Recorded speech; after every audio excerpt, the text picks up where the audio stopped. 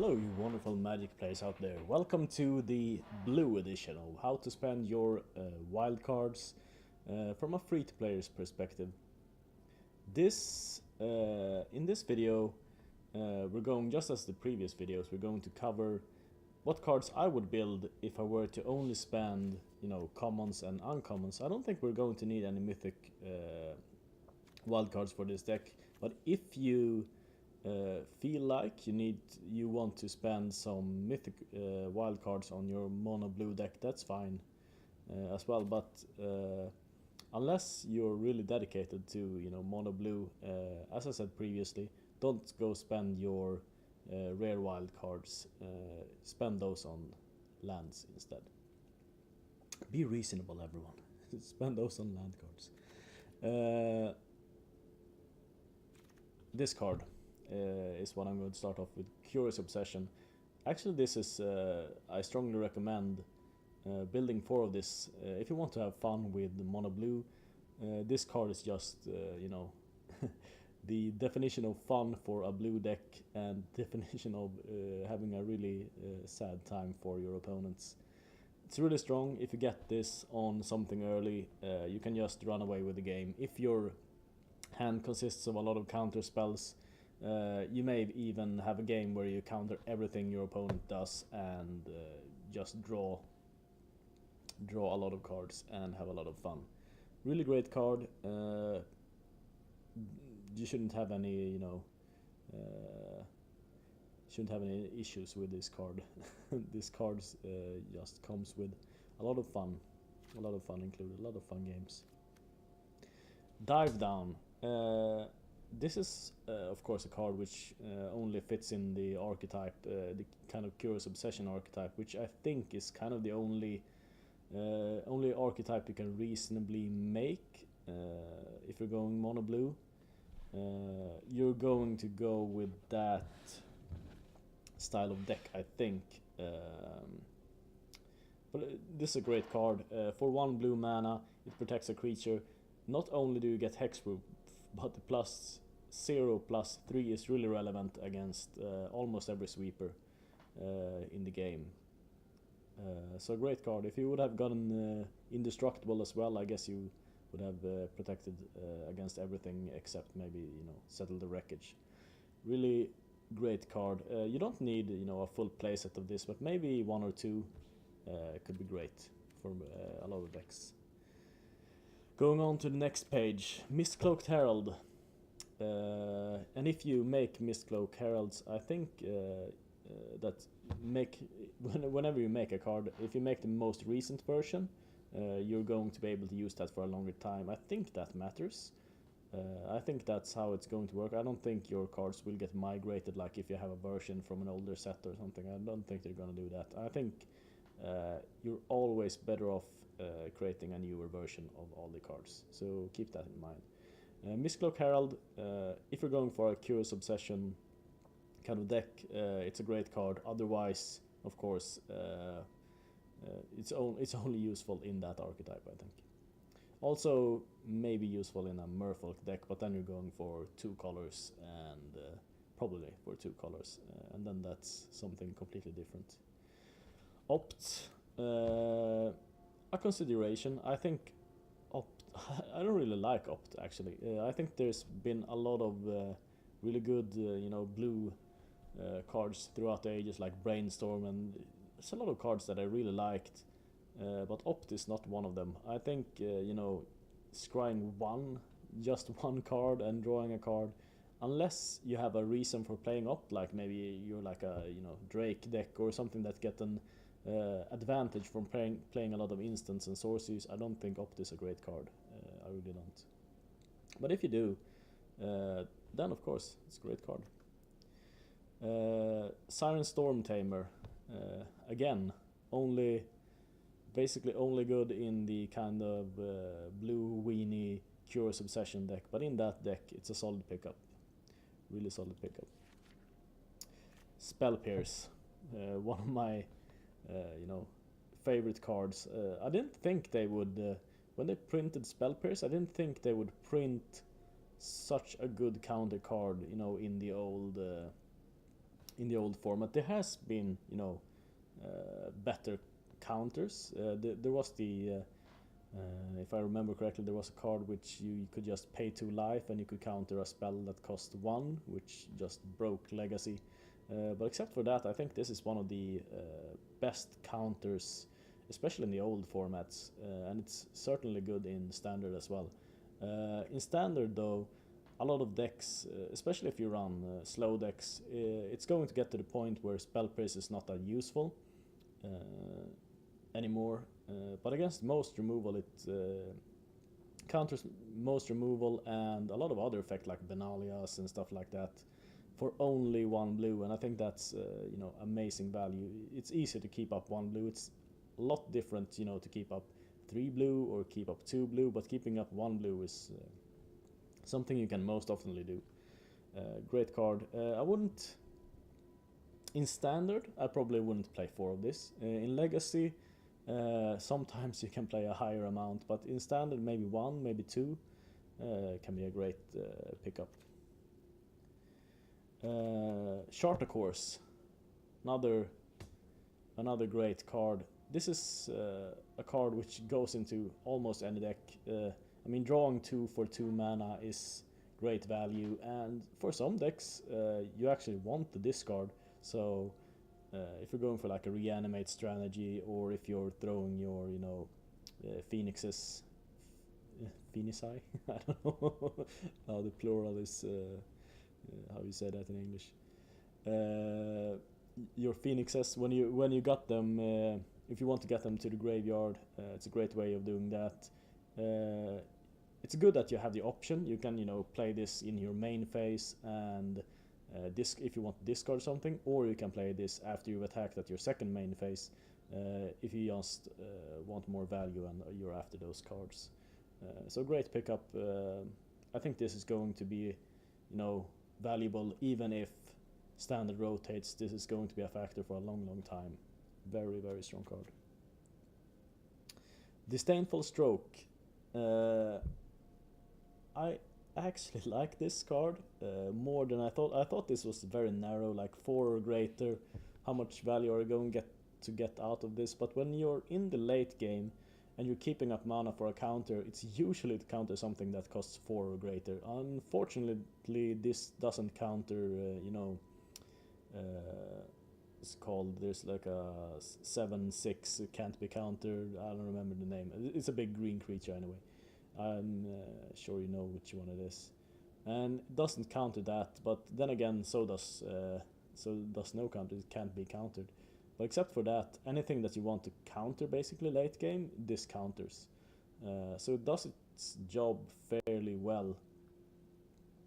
That being said, though, I wouldn't play more than 1, maybe 2 of this, since it's such a narrow card, and sometimes it's just useless. Moving on. Here's a bit of a noob trap, maybe. I think favorable winds can work, but I don't think, since it's not bound to a creature, since you don't get anything. If you only have favorable winds out and you have no creatures, then your life is very sad and you have nothing you can do really. So since this doesn't have a body attached to it,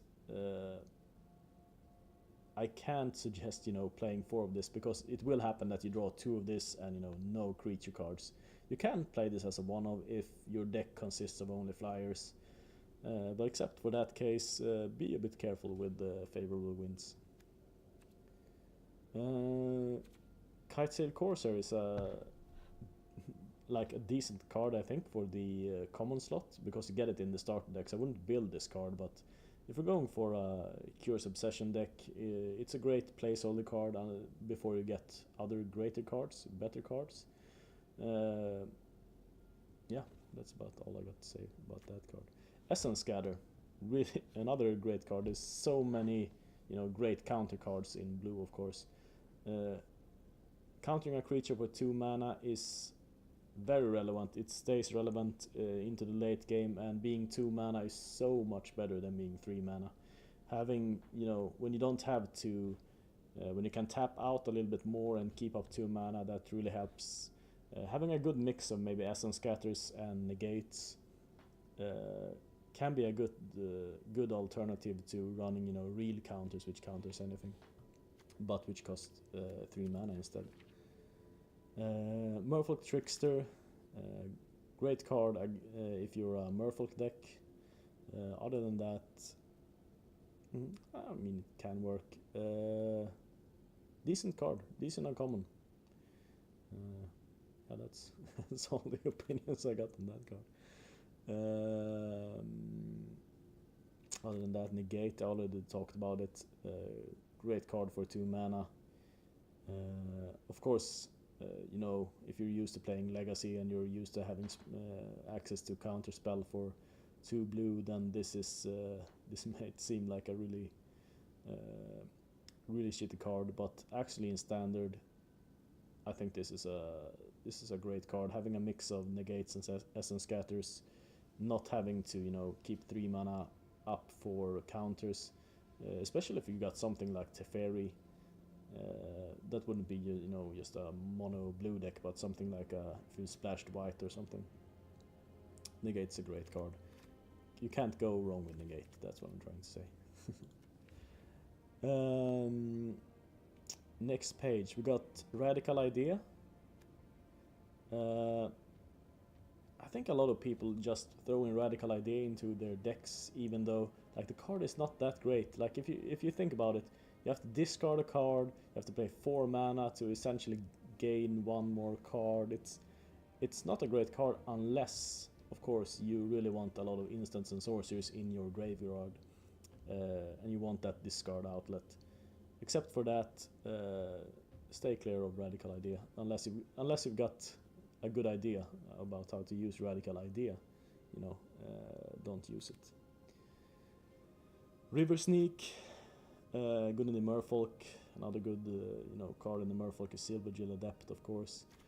Search for a Scanta. If you were lucky enough to use, I think this is one of the cards you got for using the Game Awards promo code. So if you were lucky enough to use that code, then you get the Search for a Scanta, which is a really good rare card. I would run this in basically any deck that has non-creature cards. It's such a powerhouse for 2 mana. You can run this out early. You can run this out late. This, I think, will stay relevant forever, basically in Magic.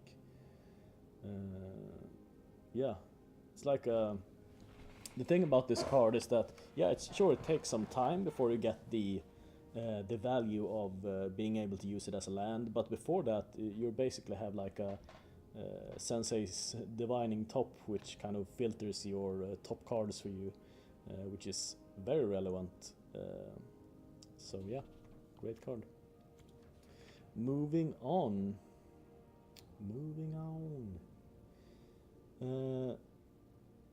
This page has a lot of narrow cards, none of which I would generally recommend unless you're going for a very specific strategy. So moving on to the next page. Here we have a great flyer for the Curious Obsession deck, but unfortunately it's a rare. I think this could probably have been printed as an uncommon. I don't see really why this is a rare, but yeah, it is what it is. Moving on. We have Divination, of course, and Cancel. Cancel, there are a lot of good counter cards now, and I would basically only run Cancel now if I didn't have access to you know, the better counter cards. This is a Surveil card, and I think Cancel has kind of there's not a lot of uses, and I don't think there's any deck who would like to run both Cancel and the 4 Surveil counter cards, and that card is just strictly better than this. So unless you use it as a placeholder and you happen to draw it for some reason, there's no use in crafting this, I think. We have Divination. Used to be a decent card, I think, but now with the previously mentioned, where is it? Where are you? Charter Course. That's the name I was looking for. Now with the Charter Course, I think that Divination is in most cases just going to be worse than Charter Course, and Charter Course is just an uncommon, so you're going to get that fairly quickly. And you start with one Divination, so don't go spend your wild cards on that card. Next page. Actually, here want to talk a little bit about Guild Summit. This is not for a mono blue deck, but this card is something I've been experimenting with a lot, because I've been thinking, how can you make a free-to-play deck which has a lot of colors in it, but you know, doesn't have access to all the good shock lands and check lands, and I think Guild Summit can be a way to do that. I'm going to upload a video, I don't know, soonish, covering that deck and my findings with that deck. So stay tuned for that. Exclusion Mage. I think this is a decent uncommon card. The problem is that we're already now at 3 mana, and there's a lot of good 3 mana drops, especially in the, if you spend some rare wild cards. There's the flyer, I don't remember the name, which grows for all your islands and stuff like that. So this competes with a lot of good cards, which unfortunately makes it so that I can't recommend crafting this for most decks. Quasi-duplicate, another great card, but unfortunately a card which is a rare card.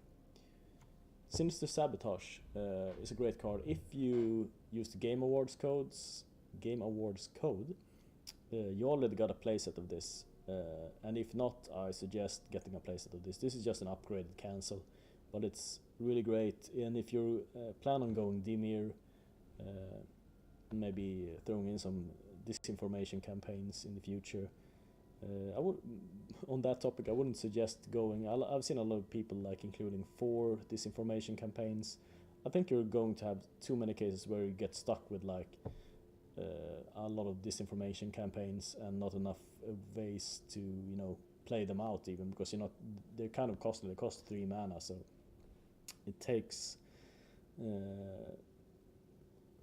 some time to get all of them out and get all the value out of them. So it's a bit greedy, I think, to run 4, but something like 1 or 2 can be great. But yeah, this is just an upgraded cancel, and you can't go wrong with this card. I think this card will stay relevant for a long time, and yeah, card I can really recommend creating. Yeah, you start with a Tempest Djinn. Another, if you really feel committed, if you want to, you know, make a mono blue card, mono blue deck, then, you know, making this a full playset is a really good idea. It's such a solid creature for 3 mana in a mono blue deck. It grows with every land. It's just amazing. All the, like, your opponent has to remove this or he dies, and everybody knows that. So yeah, great card. Waterknot is not a card I would recommend. Syncopate is another consideration in the counter slot. I think when you run counter spells now, it's hard to there's so many good counters, but I think that if you want more counters than the previously mentioned Sinister Sabotage in your deck, then having a good mix of, you know, syncopates, maybe 1 or 2 negates, like throw in just a good mix of counter spells, and you need to be a little bit lucky, of course, but the problem with having, you know, only syncopates in your deck is that it's going to be hard, because you're going to have to keep up all your mana in the late game to be able to counter what your opponent plays. So, but having a few syncopates, a few negates, maybe an essence scatter too, and stuff like that. If you diversify your counter spells, I think that's a great thing. And now we're into dimmer territory. So I guess this is the end where we wrap up and where I tell you my suggestion for how to spend your wildcards. If I were to create a mono blue deck, I would definitely spend my uncommon cards on going into Curious Obsession, getting 4 Curious Obsession into your deck makes your deck instantly more fun to play. This is one of the most fun card to play with if you're a blue mage. Your common cards, on the other hand, I would play 4 Mist-Cloaked Herald in that particular deck, of course, and you get some Stormcallers from the starter deck, so you don't need to create these in the beginning. I think you get 2 or 3 of these, so you already have that, and of course you get, I think, 2 Charter Cores. So other than that, going for any flyer, any dive down or combination of counters can be good for your last common cards. Yeah, so that's my suggestion. Again, a little bit messy, so try to sum it up one more time. Curious Obsession, 4 Mist-Cloaked Heralds, and some combination of counter spells and dive downs for your last common cards. Yeah, that's my suggestion for blue. Yeah, that's it. Signing out. See ya.